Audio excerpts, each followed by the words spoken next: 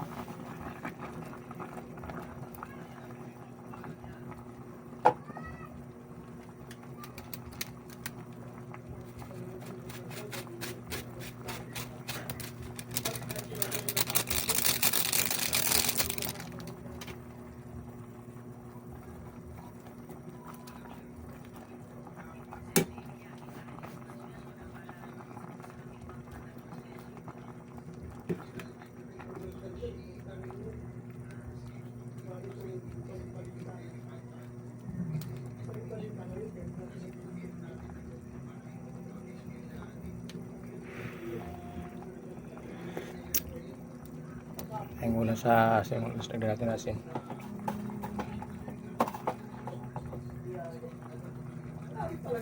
Okay. Lagyan natin asin mga lods. Mahanin lang muna natin mga lods. Balikan natin.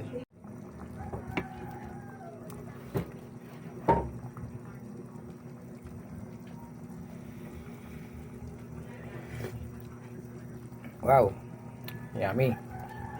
Ayan mga lods, ito na yung ating recipe for today. Thank you very much po. Thank you for watching. God bless po mga lods. At enjoy lang. Bye bye mga lods. Ito po yung natin. Ayan. Okay.